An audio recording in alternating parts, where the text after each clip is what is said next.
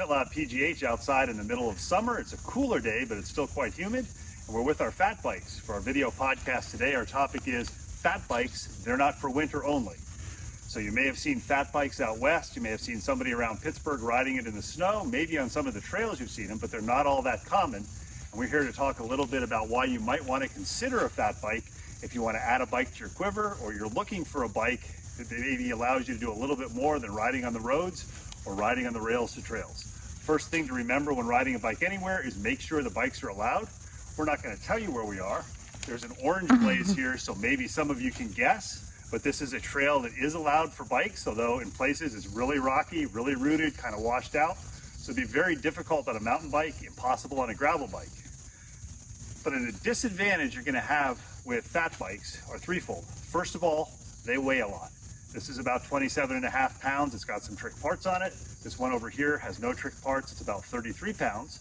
The second disadvantage is they're going to be slower because you've got big knobby tires, lots of rolling resistance. The third thing to remember, because they're heavier, if you do a lot of climbing, it's going to be a little bit harder. So that may be an advantage or maybe a disadvantage. Now, what are the advantages of having a fat bike, and maybe why do you want to get a fat bike? The number one advantage, just like all other types of movement that we do, it's fun. Whether it's the middle of summer, middle of winter, when you're out riding your bike, it reminds you of being a kid.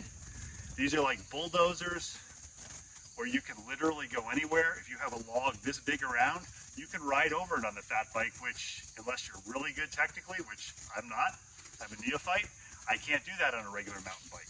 It allows you to get out on trails with people of differing abilities. I'll age myself here. I've been mountain biking since 1990. That's when I got my first mountain bike. Long time ago. Lisa's been mountain biking since 2019 or 2020, and that was her first mountain bike. And we picked that for her for the one reason that she could ride things and be confident on it. So because you've got the big wide tires, a fat bike's gonna have tires anywhere between about 3.8 inches wide, all the way up to 5 inches or so.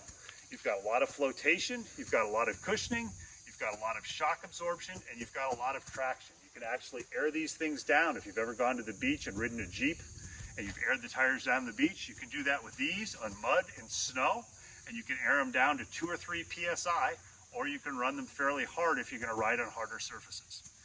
The big advantage of a fat bike is it allows you to ride your bike pretty much anywhere. You can ride this on the road. It'll be a little slower than a road bike, or a lot slower. You can ride this on the rails to trails, and if the trails are washed out, you don't have to worry about those areas where you kind of get squirrely on the road bike. You can ride it on some mountain bike trails if you don't want to have an expensive mountain bike. You can ride it on trails that are Jeep roads or rutted roads. And above all, the most important thing that you can do with a fat bike is you can ride your bike. So if you're looking to add a bike, you're not sure what to get, and your goal is just to ride, you're not really worried about speed, consider a fat bike. Sometimes pick up an extra set of wheels with a little bit skinnier tires, and then you could go a little faster on the rails to trails or a little faster on the road. And another advantage you have with a fat bike is when it snows, if it snows, air them down, go out on the trails, go out on the roads, and have fun riding. So our most important emphasis of having fat bikes is it allows us to ride. Unless there's ice on the roads, unless there's ice on the trails, unless it's super muddy where we would tear the trails up, we can take these out. And we're filming this in August, and pretty much every month, except for February of last year, for the last 11 or 12 months, we've ridden our fat bikes at least twice a week. So move more, move often, and if you're not sure what kind of bike to get, maybe look around for a fat bike or ask a friend if you can try it out. I suspect if you do it, you'll feel like a 5-year-old again, riding your first bicycle with training wheels.